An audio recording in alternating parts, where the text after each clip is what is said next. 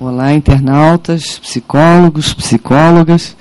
Estamos aqui já na nossa última fala, na nossa última conferência do dia. Começamos, com as diversas formas da psicologia, psicoterapia online. Depois fomos para a mesa que acaba de se encerrar de psicoterapia online, histórico no Brasil e no mundo. E, como não poderia deixar de ser, temos que falar dos impactos na sociedade dessas tecnologias, quais são os impactos na cultura.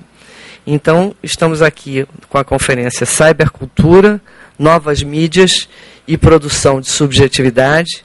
E vamos contar aqui na mesa com a conferência do José Carlos Ribeiro, que possui graduação em Psicologia pela Universidade Federal da Bahia e pós-graduação em Práticas de Ensino e Pesquisa em Psicologia, também pela Universidade Federal da Bahia, e doutorado em Comunicação e Cultura Contemporâneas pela Universidade Federal da Bahia. Atualmente ele é professor adjunto do Instituto de Psicologia da mesma universidade e pesquisador associado aos programas de pós-graduação em Psicologia e Comunicação e Cultura Contemporâneas da mesma universidade. Tem experiência nas áreas de Psicologia Clínica e Social e na área de Comunicação, com ênfase em novas tecnologias digitais, atuando principalmente nos seguintes temas: cybercultura, sociabilidade, interações sociais, cyberespaço e processos psicossociais. Zé Carlos. Bom, boa tarde, a todas e a todos presentes fisicamente e boa tarde a todas e a todos presentes virtualmente. Inicialmente, eu gostaria de agradecer ao Conselho Federal de Psicologia pelo convite e parabenizar a gestão atual, presidida pelo professor Humberto Verona, pela iniciativa de promover um debate em torno de um tema, um tópico tão atual, tão complexo, tão instigante e tão interdisciplinar quanto este, sobre o futuro das comunicações em rede e seus desdobramentos nos saberes e nas práticas da ciência psicológica. E, mais especificamente, sobre o tema do seminário, os serviços psicológicos online. Quero cumprimentar também as colegas que me antecederam, as professoras Rosa Maria Fará, Luciana Rufio e Maria Adélia Pietá, que trouxeram importantes contribuições e propiciaram diversas e pertinentes reflexões sobre o tema. E também saudar as psicólogas conselheiras Roseli Goffman e Maria do Castelar pela condução do seminário.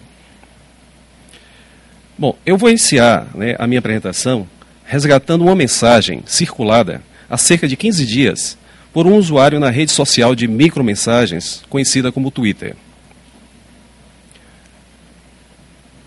Esta mensagem estava dividida em duas partes. Na primeira, dizia: tenho tantos lugares para ir hoje que estou em dúvida, reticências. E a segunda, logo em seguida, complementava: não sei se vou primeiro para o Twitter, para o Facebook, para o Orkut ou para o MSN. Bom, se considerarmos que a ideia de ir para algum lugar pressupõe um deslocamento espacial, normalmente assentado em bases físicas e distâncias geográficas, e que os lugares citados pelo usuário têm suas existências assentadas em bases virtuais ou não físicas, se preferirmos, temos aí, no mínimo, uma situação inusitada, passível de reflexão e promotora de questões sobre vários aspectos. Vejamos apenas algumas dessas questões. Quais as particularidades que se apresentam dos espaços sociais construídos em bases virtualizadas? Como os usuários constroem suas representações sociais nesses espaços? Será que estas vivências podem gerar um novo tipo de apreensão da realidade? Como os processos de produção de subjetividades são vivenciados nesses ambientes? Quais as repercussões que tais experiências nas práticas conversacionais, ou melhor, quais as repercussões que essas experiências promovem nas práticas conversacionais cotidianas? Como os referenciais identitários, habitualmente utilizados nas relações face a face, são reconstituídos nessas ambiências virtuais? Como podemos perceber, essas questões específicas, elas dizem respeito diretamente, né, à psicologia, né, às suas diversas áreas, né, tanto na perspectiva mais prática, quanto na perspectiva mais teórica, né, ou seja, demandam, né, elas solicitam, né, posições mais claras da psicologia a respeito desses fenômenos. Buscando ampliar esse debate, né, o debate em torno dessas questões, é que explorarei o tema cibercultura, novas mídias e produção de subjetividades. A minha fala estará dividida em 2 momentos. No primeiro, vou apresentar uma visão panorâmica sobre a ideia de cibercultura, destacando sua pequena e relevante história. Depois, sua íntima conexão com as novas mídias. E, por fim, suas expressões mais atuais, em especial aquelas associadas às características da mobilidade e da localidade. No segundo momento, focarei no tópico da produção de subjetividades, a partir da análise de uma tendência que desponta na atualidade em relação às chamadas mídias sociais. Essa tendência, né, seria a utilização de aplicativos e sistemas que possibilitam o resgate de informações sociais dos usuários, nos diversos ambientes digitais por onde eles transitam. Situa-se e aqui eu vou fazer já um breve resgate histórico da ideia de cibercultura. Situa-se no final dos anos 60 e início dos anos 70 do século passado as bases para a construção gradativa de um conjunto de práticas, crenças e hábitos socioculturais assentados na utilização das redes telemáticas e no uso das tecnologias microeletrônicas de informação e de comunicação.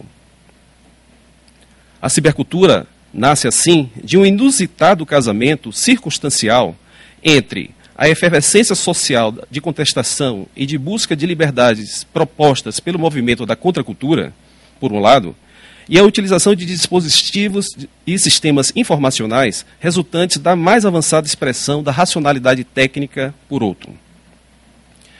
Diante desse contexto singular, surgem as primeiras experiências de formação de comunidades mediada por computadores, logo denominadas de comunidades virtuais, onde práticas sociais de cunho alternativo, derivadas dos pressupostos ideológicos que regiam o movimento da contracultura, começam a tomar forma. Desta maneira, foram estabelecidas as bases para aquilo que gradativamente foi sendo percebido como 2 espaços de convivência.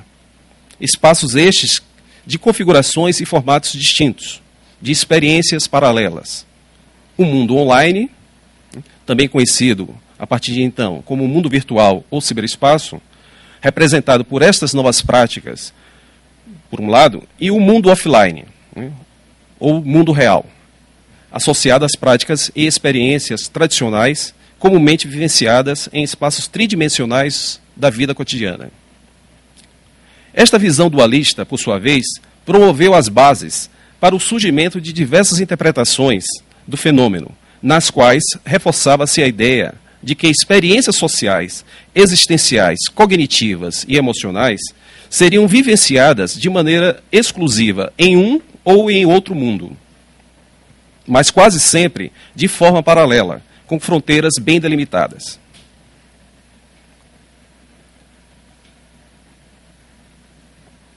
Atualmente, entretanto, um número crescente de pesquisas, feitas em diversas partes do mundo, aponta que, mergulhados cada vez mais em mares informacionais digitalizados, os usuários parecem não colocar entre suas prioridades a percepção ou mesmo a necessidade de detectar diferenças entre as vivências situacionais efetuadas em mundos virtuais, de um lado, e as vivências situacionais efetuadas em mundos reais ou físicos, de outro.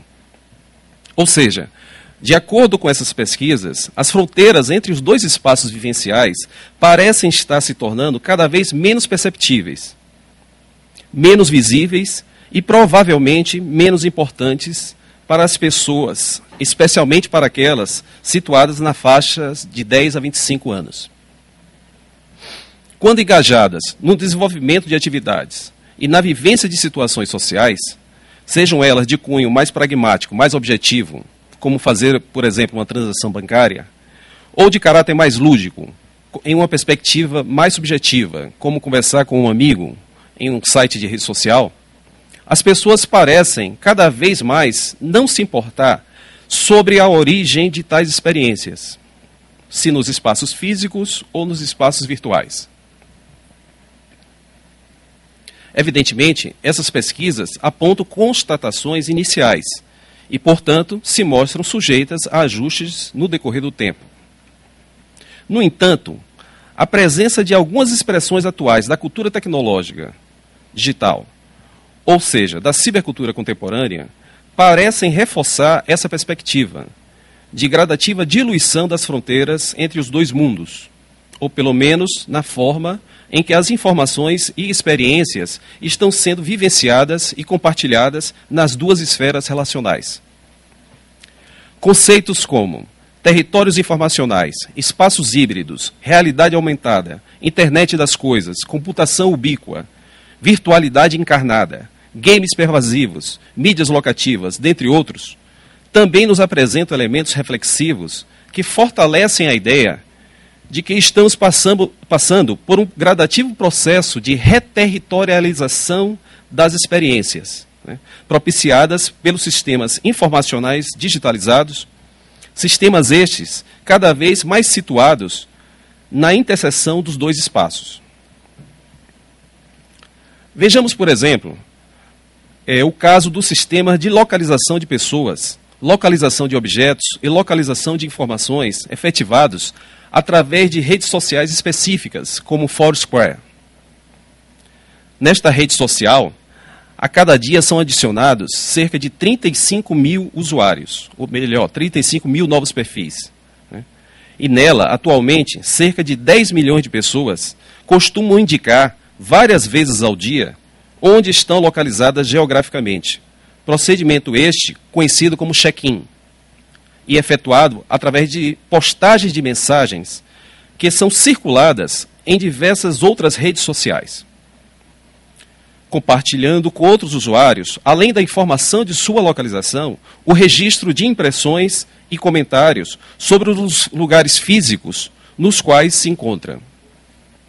Ou seja, as informações, embora postadas e circuladas no espaço virtual, dizem respeito diretamente aos trajetos efetuados pelos usuários nos espaços físicos, através da exploração dos espaços físicos. Espaços estes registrados, na maioria das vezes, através do uso de dispositivos comunicacionais móveis, celulares, tablets, netbooks, etc. E também do uso de sistemas de georreferenciamento, via GPS.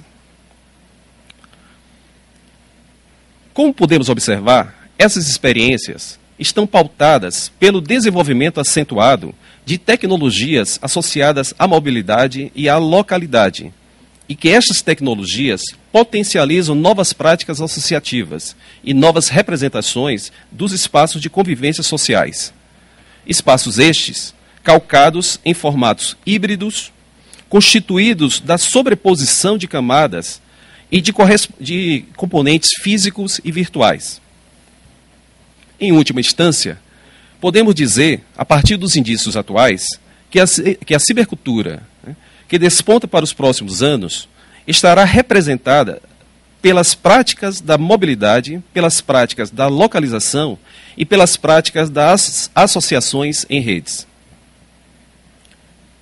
Diante desse quadro de constatações e de possibilidades, como podemos pensar a construção de referenciais identitários e de práticas sociocomportamentais particulares que sirvam de base para a produção de subjetividades em tempos atuais? Em tempos regidos pelo avanço exponencial das tecnologias digitais. Essas são questões cruciais, né, que a todo momento ronda, né, as nossas reflexões. Passemos para o segundo momento da apresentação. Não há dúvida que temos vivenciado nos últimos tempos um conjunto de situações singulares que intensificaram nossas experiências com as tecnologias digitais. Um dos aspectos mais interessantes que pudemos constatar nos últimos 4 ou 5 anos foi o aumento exponencial do universo de participantes de sites de redes sociais. Palavras como Orkut, Facebook, Twitter, YouTube, MySpace, etc., passaram a fazer parte do imaginário e das conversas cotidianas de grande parte da população brasileira e grande parte da população mundial. Os sites de redes sociais, ou SRS, também como são comumente chamados, são serviços disponibilizados na internet e localizados em endereços virtuais específicos, que permitem, através da criação de perfis públicos, a conexão e o compartilhamento de informações pessoais, com outros usuários também cadastrados no mesmo serviço. Suas estruturas e configurações facilitam o estabelecimento de interações e de vínculos sociais, uma vez que os contatos quase sempre se mostram visíveis uns para os outros. Tendo a possibilidade de disponibilizar informações sociais sobre si, através da criação de perfis personalizados, os usuários exercitam o processo de autoapresentação, através de procedimentos que requerem, na maioria das vezes, apenas a postagem de informações sobre dados e preferências pessoais, em campos pré-formatados. É interessante notar que uma das características mais salientes em relação aos hábitos e práticas sociocomportamentais dos usuários dos sites de redes sociais é a febre de conexão em tempo real, calcada no presente e traduzida em uma espécie de compulsão ao registro de vivências, de percepções e emoções relacionadas ao que acontece no momento. E isto sendo acompanhado por uma necessidade premente de compartilhamento dessas informações em suas redes de contatos. O anterior. O anterior, por favor. Mais um. Aí. Vejamos essa charge. Aqui temos uma pessoa sendo atendida por um especialista, provavelmente um psicólogo, e dizendo o seguinte, em tradução livre. Doutor, às vezes eu sonho que estou na Starbucks e ninguém sabe disso.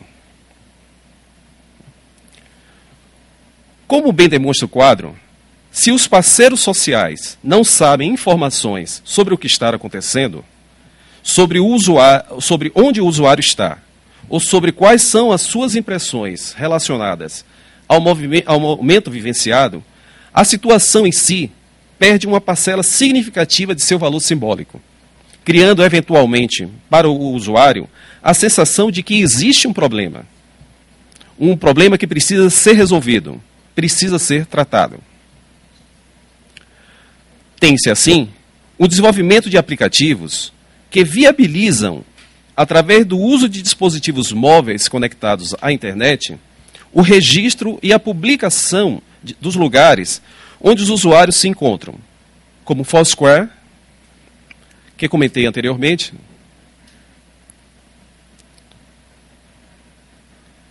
o registro e a publicação das ações que estão ocorrendo, como o Twitter, por exemplo, e o registro e a publicação das imagens que estão sendo percebidas no momento, como o aplicativo Instagram. É a prevalência do aqui e agora, nas práticas sociais e nas representações de si.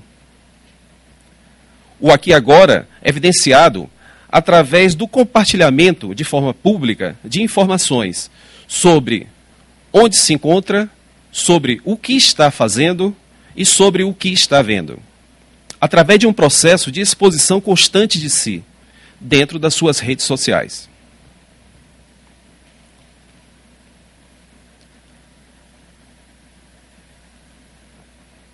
Entretanto, para direcionar melhor as questões relacionadas com o tema da subjetividade, proponho uma reflexão sobre o uso de aplicativos e sistemas que viabilizam o resgate de informações sociais dos usuários.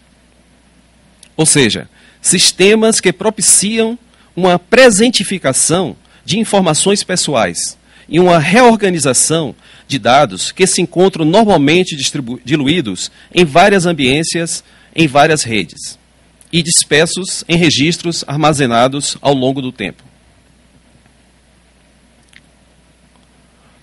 Bom, aqui temos uma representação, é como se esses quadrados, né, fossem indicativo de redes sociais. E cada rede social teria uma informação social que estaria dentro dela, através do seu gerenciamento de banco de dados. Então, seria o quê? Informações sobre seus perfis, sobre seus gostos, sobre seus comentários a respeito de algum tema, sobre alguma foto postada, sobre diversas coisas, mas que estariam, né, dentro de cada uma das redes sociais. O que se percebe é que esse tipo de aplicativo, ele de certa forma, ele facilita, né, esse agrupamento dessas informações. Né? E são aplicativos, né, que se mostram como uma tendência, né, dentro do momento atual e que, de certa forma, facilitaria esse processo de gerenciamento, né, dessa autoapresentação desse usuário. Aqui, eu gostaria de destacar o aplicativo chamado MemoLane, que, em mensagem informativa contida no site, propõe que o indivíduo veja, pesquise e partilhe a sua vida. Atualmente, este aplicativo coleta dados de 14 fontes diferentes, isto é, de 14 ambientes digitais diferentes, dentre eles o Facebook, o Twitter, o Foursquare, etc. Seu principal recurso é a visualização dos dados posicionados em uma linha do tempo. Nesse sentido, cada foto, cada texto, cada comentário, cada informação coletada dos registros públicos do indivíduo nos diversos ambientes digitais são agregados nesta linha do tempo, permitindo a navegação em formato sequencial, do primeiro conteúdo ao mais atual. E aqui nesse exemplo, né, que eu trago, é um exemplo meu, inclusive, dá para fazer um resgate das informações postadas, ali no meu caso específico, desde 2008. Né? Ou seja, ali tem informações que foram postadas no Twitter, a partir de então, de maneira sequencial. Então ele possibilita esse resgate histórico, né, de tudo que foi, de certa forma, circulado, né, todos os dados, todas as informações que foram circuladas dentro daquela rede específica. Bom, mas esse caso que eu estou trazendo, né, fez o resgate apenas do Twitter. Mas há possibilidades, como eu falei, dele fazer, na verdade, ele tem a possibilidade de fazer o resgate de 14 fontes diferentes. Aqui nós podemos ver, por exemplo, o resgate tanto de informações do Twitter, né, que está ali circulado em azul à esquerda, quanto do Foursquare, né, que está ali circulado em 2 quadrados de vermelho. Tanto do YouTube também, ou melhor, do Facebook, né? Ou seja, uma imagem ali gerada pelo Facebook. Então, esse usuário ele tem a possibilidade de fazer essa coleta, né, esse resgate dessas informações que poderiam estar perdidas, né, entre as diversas redes e também perdidas ao longo do tempo. Passe, por favor, ao próximo. Aqui tem um outro exemplo, né? Esse aqui, por exemplo, tem informações sobre o Last FM, sobre o Facebook, sobre o Twitter, né, sobre o Orkut, etc. Então, assim, essa coleta de abrangente, por sua vez, ela possibilita ao usuário uma reconstrução de discursos, reconstrução de memórias e de narrativas sobre si, promovendo, de certa forma, insumos importantes para a produção de subjetividades. Subjetividades estas centradas em leituras reflexivas de informações pessoais, propiciadas por sistemas e facilidades técnicas, logísticas e operacionais de coleta e de processamento de dados, que reorganizam de maneira sistemática, sequencial e histórica as experiências, ou melhor, os registros das experiências vivenciadas pelos indivíduos, ao longo do tempo em diversas ambiências digitais. Ao colocar em evidência essas informações pessoais, esses aplicativos viabilizam a produção de novos sentidos, produção de novas formas de particularizar as experiências vivenciadas, tornando-as mais ricas e passíveis de novas interpretações, e, consequentemente, produzindo novas associações e novos elementos para a produção de subjetividades.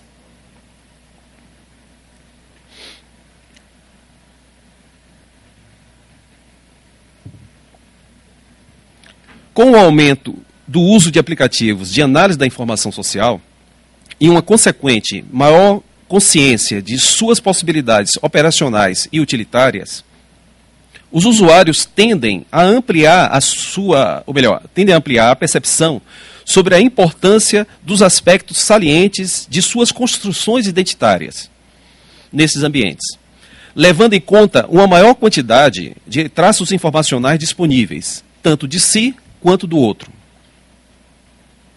Um aspecto resultante desta análise é a constatação de que estamos presenciando uma expansão e uma sofisticação de um sistema de monitoramento pessoal e interpessoal, que vai se transformando cada vez mais em um componente essencial nas apropriações subjetivas das experiências vivenciadas, uma vez que ele ajuda nesse processo, exatamente nesse processo de monitoramento dessa autoapresentação. Desta forma, a organização das informações sociais e pessoais dos indivíduos, possibilitadas por esta modalidade de aplicativos, coloca os ambientes digitais das redes sociais como uma classe significativa de objetos intervenientes no processo de produção de subjetividades contemporâneas. No entanto, vale ressaltar que este processo de produção de subjetividades comentado aqui é um fenômeno extremamente complexo, inscrito em dimensões históricas, sociais, técnicas, individuais e contextuais que interferem de várias maneiras na dinâmica resultante. Assim, o papel dos aplicativos, que viabilizam o resgate de informações pessoais e sociais, sempre será particular e conjugado com outros importantes elementos intervenientes. Por fim, convém ressaltar que as questões levantadas nesta apresentação, elas devem ser compreendidas com olhares provisórios, haja vista que as características associadas ao tipo de fenômeno estudado possuem um caráter extremamente dinâmico, especialmente devido à rápida evolução tecnológica dos dispositivos e ao gradativo aumento do número de pessoas que passam a utilizar os recursos disponibilizados pelas tecnologias digitais aqui apresentadas. Por outro lado, as questões levantadas também salientam a complexidade que gira em torno dessas expressões vivenciais e, portanto, demandam olhares analíticos mais precisos, que nos ajudem a compreender o fenômeno com lentes mais alargadas. Para finalizar, eu gostaria de trazer uma citação de Claude Lévi-Strauss, que me parece bastante pertinente para o momento. Diz o famoso antropólogo: é mais fácil e, ao mesmo tempo, mais difícil estudar fatos que se desenrolam sobre nossos olhos, tendo como palco nossa própria sociedade. Eis o retrato do mundo contemporâneo, mundo de mudanças aceleradas, cada vez mais mediado pelas novas tecnologias digitais e cada vez mais fornecendo insumos para a produção de subjetividades particulares. Subjetividades estas que buscam estarem sintonizadas com o ritmo deste mundo. Este é o nosso desafio cotidiano, de compreender e vivenciar essas experiências, seja como profissional de psicologia, como profissional de ciências da área social, seja apenas como pessoa humana. Com isto eu finalizo a minha fala. Obrigado pela atenção. Bom, lá vou eu levantar algumas inquietações aqui a propósito da fala do José Carlos Ribeiro. Primeiro que você foi descrevendo a questão dos aplicativos e tal, eu já tinha conhecimento de alguns, conheci alguns novos, né? Uhum. E realmente é uma coisa que me preocupa muito, essa questão da sociedade do Big Brother. Quer dizer, a gente achava que o Big Brother era uma coisa, a gente não tinha noção do que se passaria, né, lá, olhando do primeiro contato com as tecnologias, particularmente no Brasil, acho que elas entraram mais fortemente nos anos 90. Perfeito. E é o que a gente chegou hoje com esses aplicativos de territorialização e de identificação da autobiografia, né? Eu chamo assim, é uma sociedade do Big Brother e autobiográfica ao mesmo tempo. Está todo mundo escrevendo suas próprias biografias do seu cotidiano, por mais diferente ou simples ou complexo que ele seja, as pessoas vivem escrevendo suas próprias autobiografias. Parece, assim, que o contato com essas tecnologias é uma forma também da gente se livrar um pouco da solidão, mas é uma forma ilusória, né? Porque quando você fala para uma rede, quem está te escutando são pontos, números, IPs, que identificam de alguma forma a tua mensagem, além daqueles naturalmente que estão lá no Facebook ou que estão naquela rede social que você pertence, mas são dados numéricos em que algum sistema de informação vai identificar e vai saber que se, por exemplo, você falou hoje que queria viajar para uma praia, vai começar a te ofertar passagens a preço módico. Por exemplo, o primeiro ponto, a solidão não está resolvida. E nem nenhum aplicativo, me parece, que vai resolver a questão da solidão da sociedade que a gente vive. Da solidão, da melancolia, da depressão que pode ocorrer. Há um falso self virtual, vamos dizer assim, como inclusive foi comentado aqui em diversos momentos da apresentação. Por exemplo, você pode ser o que você quiser, você pode contar o que você quiser, você pode inclusive mentir em gênero, em qualquer coisa você pode inventar. Aí não vira mais autobiografia, aí vira até uma literatura. Você pode até estar fazendo uma grande literatura na internet. Mas me parece problemático. Então, queria falar um pouco mais sobre essa questão da internet como autobiografia, com esse olhar do Big Brother, que sabe aonde você está e o que você está fazendo a qualquer momento, e tentar ter um entendimento do que a gente, como profissional da psicologia, pode contribuir nesse sentido. Bom, são questões complexas, né, que nós estamos, né, nos defrontando já há algum tempo. Né? As colegas que me antecederam já trouxeram várias pistas, né, a respeito, em especial na questão relativa, né, ao processo mesmo, né, de psicoterapia, né, de tratamento, né, de trabalho de acompanhamento, etc. Bom, eu vou trazer aqui eu vou, a partir do registro, né, dos seus comentários, eu vou trazer aqui 2 pontos que me parecem interessantes, né, que na verdade não sei se vão responder as questões, mas eu acho que vão, no mínimo, complexificar um pouco mais, né, o nosso olhar a respeito. Primeiro, essa ideia a questão do Big Brother. Né? Então, me parece que essa leitura, que geralmente é associada com o Big Brother e vinculada com a internet como um todo, pelo menos o Big Brother tradicional, né, da maneira como nós concebíamos, né, conceitualmente, etc., me parece que ele não se aplica, né, pelo menos naquela maneira, né, original. Tanto essa leitura que eu estou fazendo agora, né, na verdade, ela é compartilhada por alguns autores. Né?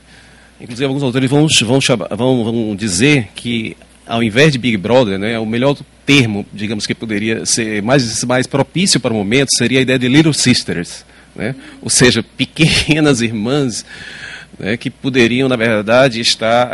aquela ideia de que todo mundo, de certa forma, tem a possibilidade de ter acessos né, às informações, ao conjunto de elementos, ao conjunto de informações pessoais e sociais sobre qualquer pessoa, né, pelo menos isso em tese. E que isso, por si só, que seria o elemento tanto de receio, né, que poderia provocar exatamente esse receio, o medo, né, em relação a como lidar com essa questão, quanto também poderia ser visto pelo aspecto mais positivo, né, no sentido de que todos poderiam, de certa forma, acompanhar, né, o desenvolvimento, né, poder, de certa forma, compartilhar né, dos desenvolvimentos pessoais de cada um. É claro que tem questões aí, né, que precisam, digamos, ser pensadas, né, e cabe a todos nós, né, pelo menos, né, ter um olhar um pouco mais preciso, né, ou pelo menos um pouco mais direcionado, tentando responder um pouco, né, essas questões. Uma delas, você mencionou, é a questão da solidão, né, a questão do fenômeno da solidão.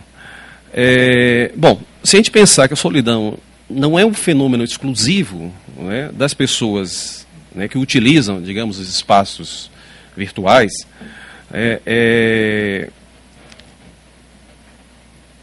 a gente pode, quer dizer, se a gente pensar dessa maneira, a gente tem alguns elementos que podem direcionar, digamos, a interpretação disso a partir de uma outra leitura, né? Nós podemos pensar exatamente o contrário, né, que a partir exatamente desse sintoma maior, né, dessa solidão, né, que perpassa todos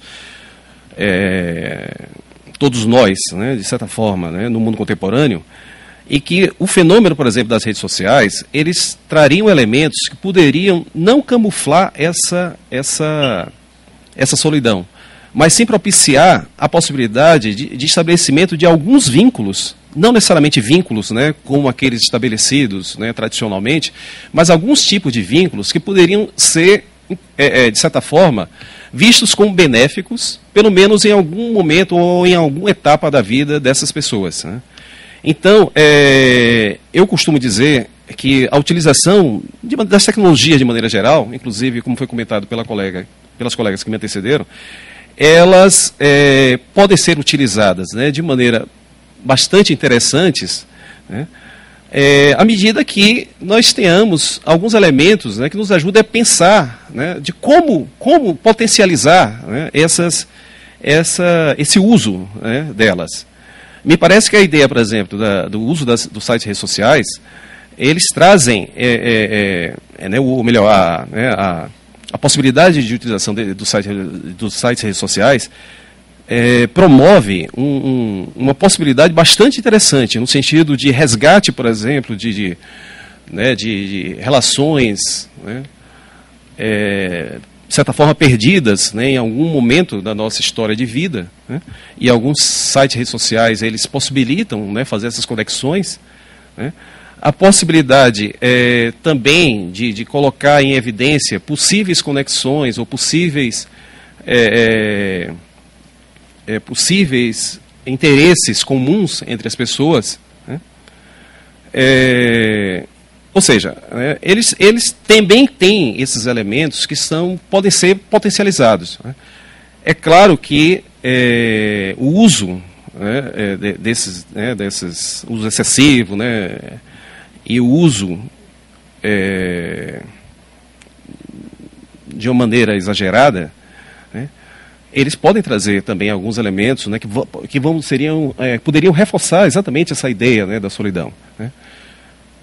Ou seja, no fundo, o que nós precisamos é compreender um pouco mais esse fenômeno, exatamente para dar indicativos de como utilizá-los da melhor forma possível, né. E um outro ponto também que você comentou, bastante interessante, que é essa ideia que, de certa forma, dentro dos espaços virtuais, os usuários teriam, né, é uma coisa que a história, de certa forma, a pequena história, né, mas relevante história, demonstra isso, que gradativamente nós começamos a explorar esses espaços, né, fazendo escolhas, né, de sua auto-apresentação, né, de seus referenciais identitários naquelas ambiências, a partir dos desejos, a partir de desejos, né, que nem sempre são possíveis, né, de serem realizados na vida cotidiana, etc. Mas e é exatamente esse ponto que eu trouxe, né, quando eu falei dos aplicativos de resgate das informações sociais, me parece que eles trazem um outro elemento, né, que podem complexificar ainda mais essa situação. Por quê? Porque a partir da possibilidade, né, de que, em tese, qualquer usuário, né, pode resgatar informações, tanto sobre si, quanto em relação ao outro, esse ser o que, né, essa postagem dessas informações, ou seja, esse processo de autoapresentação desse referencial identitário online, né, ele vai ser pensado de uma maneira diferente. Ou seja, eu não posso ser exatamente apenas o que eu quero na rede atualmente. Por quê? Porque eu sei que amanhã alguém pode fazer esse resgate nas diversas redes, ou seja, de um sistema que contemple essas... Ou melhor, existe a existência de um sistema que contemple essas informações, né, que conjuguem essas informações e que mostrem até, inclusive, as incoerências, né, que foram colocadas em relação a essas construções dessas narrativas sobre si, né? Então, o que me parece é que esse tipo de aplicativo, ele promove esse cuidado maior por parte, né, do usuário, no sentido de que eu vou tentar, né, me apresentar de tal maneira que seja mais ou menos uniforme entre as diversas redes, uma vez que eu sei que essas informações, elas podem ser conjugadas em algum momento e podem ser confrontadas, de certa forma, e mostrar, né, que eu não aquilo que eu, né, aquelas características, né, que eu mencionei em um determinado ambiente de rede social, elas não se aproximam daqueles referenciais identitários que normalmente eu utilizo, ou que normalmente fazem parte da minha vida cotidiana. Então, me parece que esses sistemas, eles complexificam nesse sentido, né, que eles trazem uma outra perspectiva, até para que os usuários fiquem mais atentos em relação a isso, né. Então, eu acredito, eu diria, fazendo um contraponto ao que você falou, eu acho que hoje talvez seja mais difícil, né, criar, né, referenciais identitários que não estejam muito próximos daqueles que nós cotidianamente utilizamos nas nossas relações sociais. Eu não quero ser de todo questionar de todo a boa utilização dos aparatos tecnológicos, não, pelo contrário, mas eu acho assim que existe a prática na internet, ela tem que ter um motivo, ela tem que ter uma reflexão. Uhum. Né? Eu acho que a sociedade da gente, ela cai compulsivamente na prática da rede social como um desejo de consumo, de consumir a rede social, de entrar, de estar falando com um monte de gente. Eu tenho seguidores, e aliás o nome é ótimo, né? Tenho X seguidores, como se isso, né, fosse de alguma maneira compensar a ausência de integração em outras redes, que não essa rede mais mediatizada, né? Mas eu acredito mesmo na internet que quando ela é utilizada com um propósito claro, de ferramenta, de aproximação de redes, ela realmente funciona naquela coisa do pensamento coletivo, que é uma coisa dos anos 90, mas que eu acredito bem possível mesmo. Inclusive, todo o projeto de comunicação do CFP é novo. Inclusive, o credenciamento de sites hoje é um mecanismo bem mais, como é que se fala, bem mais amigo do usuário, amistoso, né? Porque a tecnologia ela já foi muito dura, né? E depois que entraram as imagens, os gráficos e tal, nos anos 80, ela começou a se popularizar e se popularizou realmente da forma que ela chegou hoje. Agora, a gente não pode esquecer que, como meio de comunicação, ela é tão monopólio quanto é a TV, ela é tão monopólio quanto os grandes oligopólios aí que dominam os meios de comunicação, a saber Google, Microsoft e mais outra meia dúzia, né, onde circula, a quantidade de dinheiro que circula é uma coisa muito importante da gente também como psicólogo entender até que ponto a internet também não virou uma ponte de redução de desejo de consumo. Entendeu? Uma ponte de redução do tempo entre o desejo e o consumo. Porque hoje você quer comprar uma passagem, você compra a passagem. Você quer fazer um novo cartão de crédito, você compra. Você quer um novo celular, que aliás nós temos mais celulares do que a população brasileira, o que é uma coisa fantástica, purulum, compra mais um celularzinho. Então, eu acho que nós, né, como profissionais que estudam a subjetividade, temos que muito caminhar nessa direção da reflexão sobre a compulsão ao consumo que a internet proporciona, tendo na sala da casa ou no nosso quarto vários shoppings, hiper shoppings, hiper redes de consumo. Mas vamos às perguntas. Noticiando aqui para os nossos companheiros, para o José Carlos, temos 2.100 pontos conectados, o que é fantástico.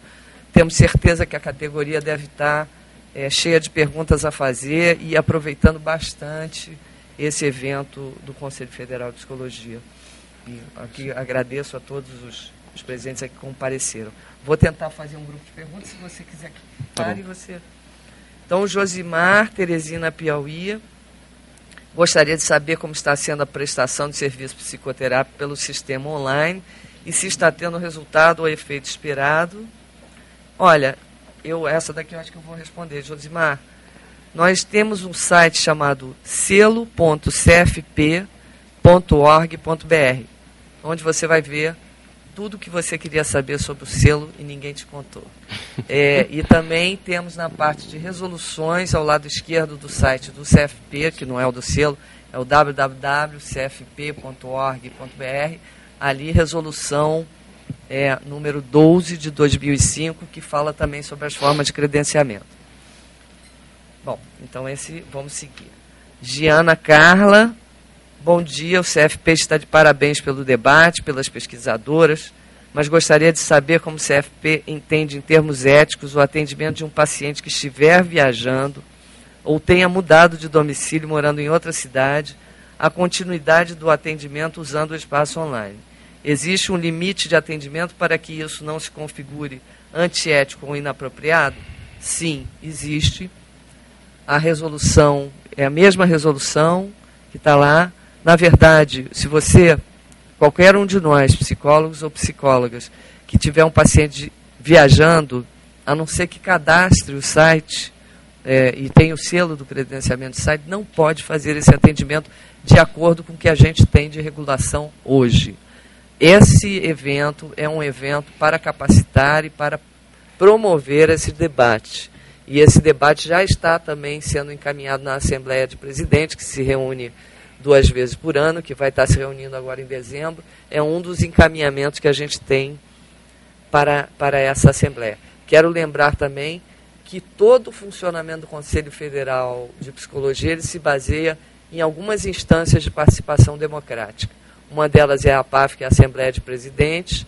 A outra delas, muito importante, é que em 2013, tivemos em 2010, o Congresso Nacional da Psicologia, onde se pega a representação, se elege a representação de delegados em todos os CRPs locais e eles definem os rumos da psicologia para os próximos 3 anos. Então, eu remeto você para a resolução novamente. E dizendo que a gente está dentro do nosso plano, né, numa linha de tempo, fazendo esse trabalho de mudança da resolução.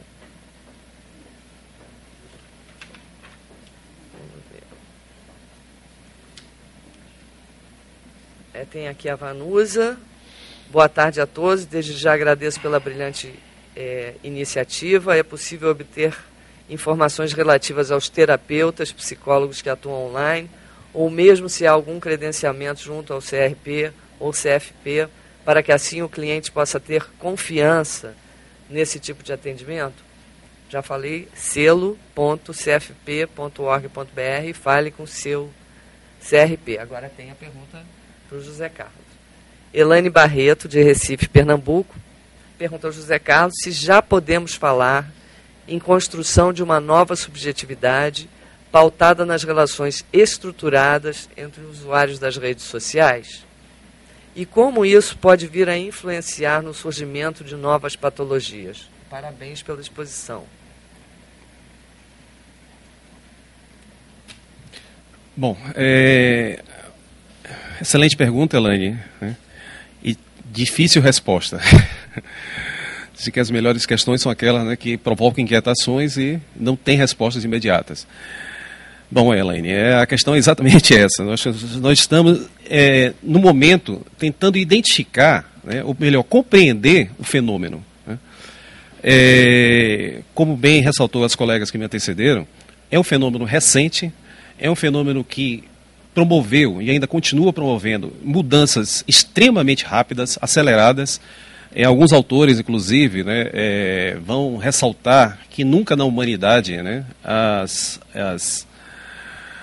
estruturas, né, as tecnologias de inteligência ou as formas de apreensão da realidade nunca foram confrontadas, né, da maneira ou no ritmo que elas estão sendo confrontadas hoje. É claro que isso gera, né, para todos nós, né, profissionais, pesquisadores, né, pessoas que estão se defrontando com esse tema, tanto da perspectiva mais aplicada, né, mais prática, quanto aqueles outros, né, que estão pensando a partir da perspectiva um pouco mais acadêmica, um pouco mais reflexiva, teórica. Todos nós temos dificuldades, né, primeiro de detectar, né, quais são os pontos, né, que foram modificados ao longo desse curtíssimo tempo. Né? Se a gente pensar, né, como eu tentei resgatar aqui, a ideia de cibercultura, ciberespaço, ou seja, a ideia de novas tecnologias digitais de uma maneira geral, né, elas têm início no final dos anos 60, né, com toda a ideia da internet, etc, etc. Mas ela toma uma dimensão, né, um pouco mais ampla nos anos 90, né, ou seja, cerca de 20 anos. Né. Então isso para um fenômeno, né, no sentido para uma perspectiva analítica do fenômeno, é um fenômeno extremamente recente. Né? E isso gera uma série de dificuldades. Né? Gera dificuldades no sentido de detectar, né, na detecção de quais são os indicadores, né, de que maneira, ou seja, quais são os elementos, né, que precisariam, né, que necessitariam, que estão demandando, na verdade, né, um olhar um pouco mais agudo, né, por parte desses profissionais e desses pesquisadores, né, todos nós. Especificamente no caso da psicologia, eu acho que ainda há um agravante, né? Porque, considerando que a questão, por exemplo, da produção das subjetividades, né, é um fenômeno, né, muito complexo, né, onde, como eu tentei colocar aqui, né, são vários elementos, fenômenos históricos, sociais, contextuais, etc., né, e que, de certa forma, se vê confrontado nesse momento, né, diante de uma situação, né, ou diante de um fenômeno, né, que requer, né, que promove esse tipo de mudança, né, de uma maneira extremamente rápida, então é difícil detectar, né, assim, é difícil dar uma resposta um pouco mais precisa sobre isso. Né. O que eu acho que todos nós, de certa forma, aqui nesse seminário, ou seja, melhor, o que nós estamos apontando, de uma forma ou de outra, é que nós temos alguns indícios interessantes, né, que podem servir de referência para reflexões futuras. Né? Ou seja, é difícil aceitar isso, mas nós estamos tateando ainda, né, nós estamos iniciando, né, a compreensão do fenômeno e, consequentemente, né, tentando escolher ou tentando ver quais os caminhos que são mais apropriados, né, para responder a essas demandas. Né. Então, nesse sentido, é que é difícil, né, dizer se nós já teríamos, né, elementos hoje para indicar novas subjetividades. Particularmente, eu acho que sim. Né. Eu acho que alguns... A gente pode pensar isso em uma perspectiva mais ampla, mas também pode pensar em uma perspectiva um pouco mais específica. Né? Quando eu trouxe essa ideia, por exemplo, desses aplicativos, né, que eles promovem, eles possibilitam, né, esse resgate dessas informações sociais dispersas em vários locais, né, mesmo que sejam vários locais, vários ambientes nos espaços digitalizados, e também que eles permitem, né, fazer esse resgate, né, que, de certa forma, estariam perdidos ao longo do tempo. Eu acho que isso me parece que é um fato interessante, né, no sentido de que, a partir do momento em que ele reorganiza esses dados, né, isso no sentido, ele sistematiza, né, ele transforma esses dados em um processo, né, linearizado, né, quer dizer, dentro de uma perspectiva histórica, e a partir do momento em que eu tenho essa possibilidade de fazer essa releitura, me parece que aí tem um elemento interessante. Essa releitura poderia estar trazendo elementos interessantes no sentido de uma possibilidade de reconstrução de aspectos significativos, né? Então, nesse sentido, que me parece que pensando mais, né, em situações bem particulares, né, em fenômenos, em exemplos bem particulares, me parece que eles trazem esses elementos interessantes, uma espécie de eles possibilitam, ou melhor, à medida que eles possibilitam essa reorganização, ele traz elementos, né, que de certa forma, que quase que solicitam, quase que demandam uma releitura, né, uma espécie de uma reconstrução narrativa de si mesmo, né? Então isso me parece que é uma coisa que pode ser interessante no sentido de produzir, né, novos elementos, novos insumos, que, por consequência, poderiam gerar novas subjetividades. Então, vamos lá. O Jacques Maritain comenta, muito interessante, mas até onde recursos como Memolane pode ser útil para terapia online? E a outra, aqui também, que possibilidades e limites que você veria para a realização de psicoterapia online e para o uso de outros aplicativos e tecnologias na profissão? Falando especificamente no Memolane, me parece que seria um aplicativo, claro que tem outros também dentro da mesma, né, modalidade, mas me parece que ele traz alguns elementos interessantes, né, no sentido que ele poderia ajudar uma espécie de compilação dessas informações, tanto para o psicoterapeuta, quanto para o próprio pessoa, né, o próprio sujeito, né, que estaria naquele momento fazendo um processo, né, submetendo a um processo de psicoterapia. Então,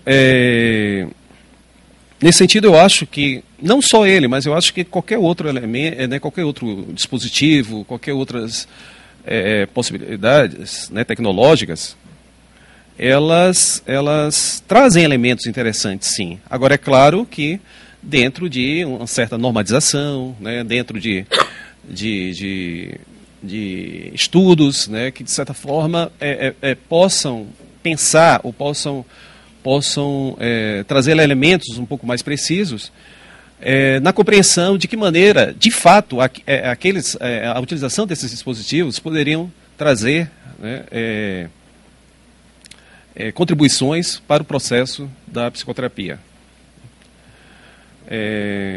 Então, nesse sentido, a gente pode pensar, né, tem estudos bem interessantes, né, por exemplo, da utilização de comunicação móvel, né, ou seja, de dispositivos comunicacionais móveis, né, em especial celulares, indicando trabalhos, ou melhor, são pesquisas, né, que indicam alguns experimentos ainda iniciais, mas que alguns psicoterapeutas, né, estariam utilizando, né, junto com os seus pacientes, respectivos pacientes, o uso de troca de mensagens via SMS para ajudar no processo de acompanhamento, né, de determinadas ações desses pacientes em situações reais, né, no sentido de situações vivenciadas dentro do espaço tridimensional. Então seria uma espécie de acompanhamento à distância, mas onde a presença do psicoterapeuta ele estaria, de certa forma, sendo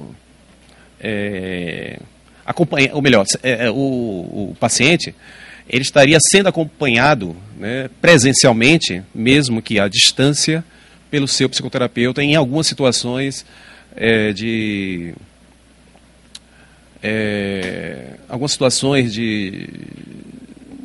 onde houvesse a possibilidade, né, de algum crescimento, algum processo de intervenção mais preciso no momento. Eu queria acrescentar que eu acho que a grande vantagem da tecnologia é que ela liberta a nossa memória. ela é muito emancipatória nesse sentido. Isso é que eu acho que é a grande maravilha, porque dizem, né, que a gente cria com a memória de curta duração. E se a gente coloca a memória de longa duração e de média duração lá no computador, a gente vai ficar um povinho mais criativo, né? Isso é bom, isso é muito bom. Eu acho que isso, vamos dizer assim, a velocidade da invenção, ela tem crescido cada vez mais, é cada vez mais acelerada. E eu acho que isso, sem dúvida alguma, tem a ver com o processamento de informação ser cada vez mais rápido, cada vez mais eficaz também o processamento. Então, deixa os computadores com a memória e nós vamos inventar novas formas de vida, novas formas de subjetividade, né, mais solidárias, quem sabe. Então, depois desse comentário, eu queria colocar mais umas últimas perguntas que chegaram aqui. Vou responder a Edel Ferreira, que coloca que a rede social parece não ter controle por sua abrangência e facilidade de acesso. Recebi de um aluno essa semana uma relação de sites, blog, Twitter e homepage de uma profissional que se institua como psicóloga cristã e que posta regularmente mensagens de teor preconceituoso em relação à homoafetividade e, sob esse aspecto, endereça uma crítica pesada ao CFP por sua justa luta contra o preconceito e em favor do direito humano. Que providências podem ser tomadas nesse caso? Aí depois vem os endereços. Bom, nesse caso, como em qualquer outro que você se sentir afrontada, caluniada e que quer denunciar um procedimento antiético, você deve direcionar primeiro ao CRP do seu estado, né, Edel? E logo em seguida, se não tiver atendido o seu pleito, direcionar para a ouvidoria do Conselho Federal de Psicologia. Inclusive, esse caso nós já tomamos conhecimento e estamos tomando já as providências necessárias. Mas se você quiser encaminhar pelo teu estado, é isso. Porque também tem esse problema, que a internet, ela tira o problema de local e coloca ele em âmbito internacional, né? Não é nem local, porque se uma pessoa tem um site aqui, ou se ela tem um site lá fora, ela aparece aqui do mesmo jeito que ela aparece lá fora. E ela pode estar sujeita às regras legais brasileiras, inclusive estando num provedor no exterior. Ou seja, se aparece aqui e alguma coisa que é hostil, algum preceito da legislação brasileira, ela sofre do mesmo jeito, inclusive internacionalmente. Lógico que o procedimento é muito mais lento, né, porque vai depender de mecanismos internacionais, mas a gente conhece casos. Inclusive tem algumas organizações que funcionam com a questão de práticas, né? Tem a SaferNet, tem outras organizações que nós temos aqui no Brasil que funcionam na proteção à conduta na internet. Agora, o comentário da Emanuele Pita. Bom dia, sou graduanda de Psicologia pela Faculdade de Tecnologia e Ciências de Jequié, na Bahia. Gostaria de saber se existe relação entre essa necessidade do aqui e agora e as doenças da atualidade, como o transtorno borderline, por exemplo.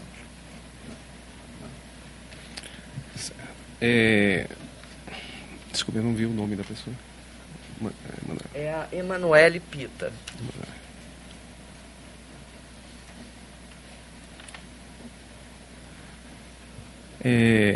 Bom, Emanuele, nós temos um ponto aí que é o seguinte: a questão do aqui e agora, né, nesse sentido, né, que eu trouxe, que eu falei, uma espécie de compulsão, né, da necessidade desse registro, né, e do compartilhamento dessa informação, desse registro, seria mais no sentido de estar centrado no presente, né, quer dizer, no sentido de que há uma certa urgência, né, de que essas experiências pudessem, de certa forma, serem compartilhadas, né, com sua rede de contatos. Se a gente pensar dessa maneira, né, uma vinculação, por exemplo, com um distúrbio qualquer, né, é claro que ele pode acentuar, né, a gente pode fazer essa conexão. Nas minhas preocupações atuais, né, eu não estou pensando, quer dizer, no sentido, eu não estou fazendo essa conexão mais com as situações mais clínicas, né? As minhas reflexões atuais, elas tentam, de certa forma, compreender os processos como um todo, né? No sentido de tentar mapear de que maneira as práticas sociocomportamentais estariam sendo modificadas, né? De que maneira a construção de referenciais identitários também poderiam ser gradativamente também poderiam ser, né, estarem sendo, na verdade, reconfigurados, etc. Eu não me sinto muito à vontade para comentar, digamos, essa conexão mais direta com algum distúrbio específico, né? Então, eu não sei se eu acho que... Eu não me sinto à vontade para poder, né, fazer essa resposta, né, ou pelo menos colocar isso, pelo menos a partir da minha experiência pessoal. Na minha experiência pessoal, eu não consigo ver de imediato. Está até tentando dar uma resposta, eu não consigo ver de imediato.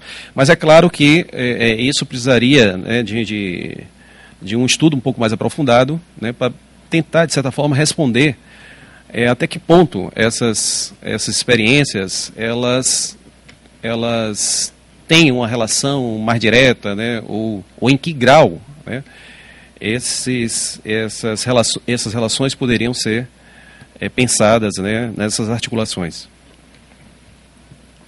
Eu tenho mais ainda 4 perguntas. Eu vou ler em bloco. Uhum. Tá? Maria Lúcia Meira Wolff.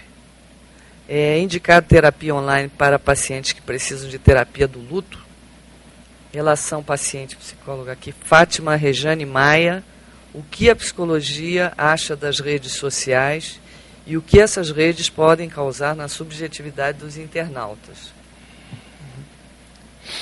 Tem também aqui a Maria Lindinalva Dias Ramalho de Souza, está muito feliz pela realização desse evento, e ela coloca que devemos ver o avanço tecnológico como aliado. Com zelo e cautela, poderemos realizar grandes projetos com essa evolução. Parabéns, CFP. E temos aqui o comentário do Márcio Poçan.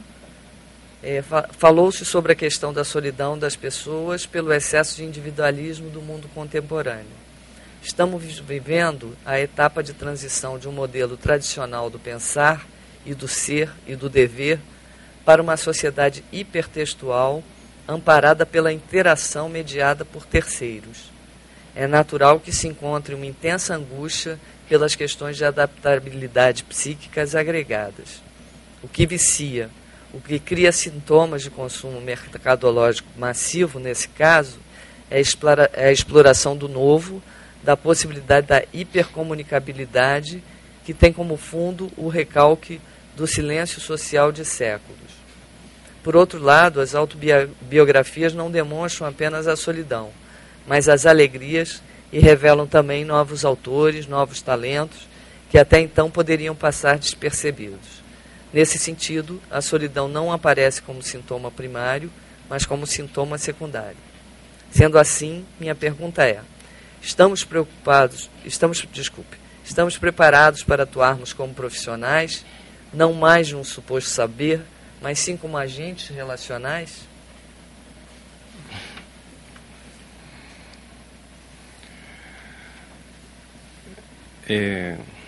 Bom, eu vou tentar também responder em bloco, né?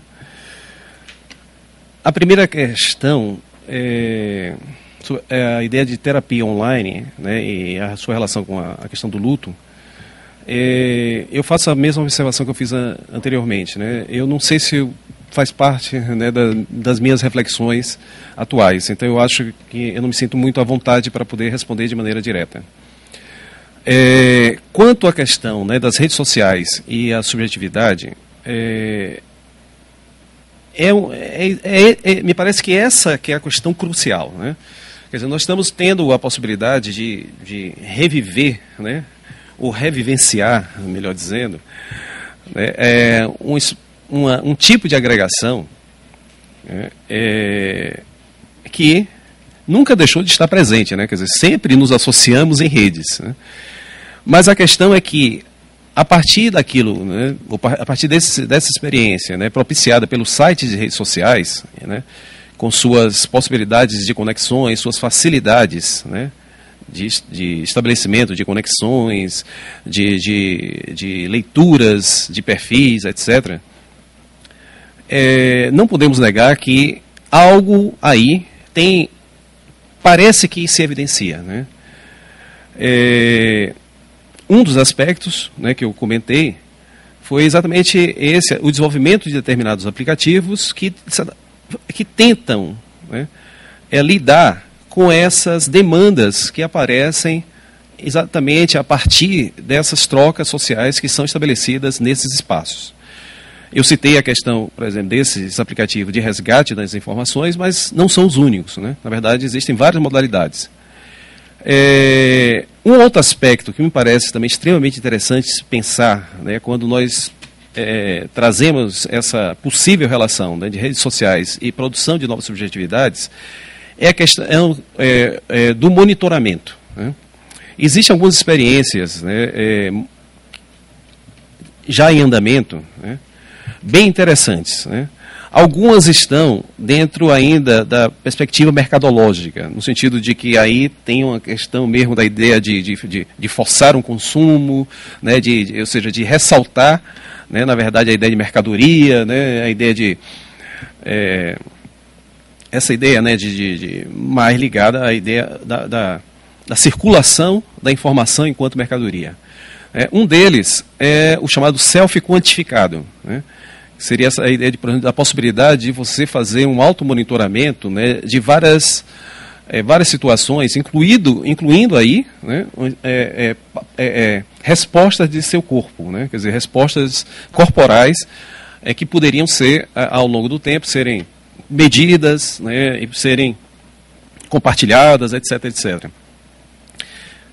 Existe um outro experimento também, né, chamado life logging, né, que se propõe a fazer uma espécie de mapeamento de todas as experiências da vida, né?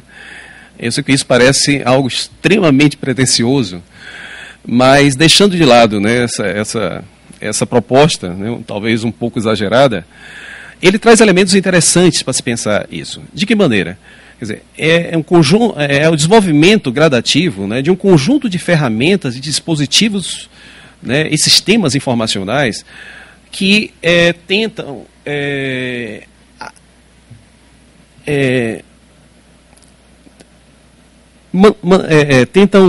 reter, né, as vivências, né, estabelecidas ao longo, né, do tempo, né, e que isso no sentido nas várias dimensões, nos sentidos corporais, né, e aí entram a ideia dos registros associados, né, às respostas corporais, as perspectivas emocionais, né, as ideias intelectuais, né, ou seja, racionais, associados à sua experiência vivenciada a cada momento, né. Existem outros também projetos também muito interessantes, quando eu falo interessante no sentido de promover reflexões, né? Não no sentido que sejam bons ou não bons, né? Mas que promovem uma reflexão, né? Que na verdade que solicita, né, uma reflexão na área da psicologia. Existe, por exemplo, um projeto chamado Passion, né? De certa forma,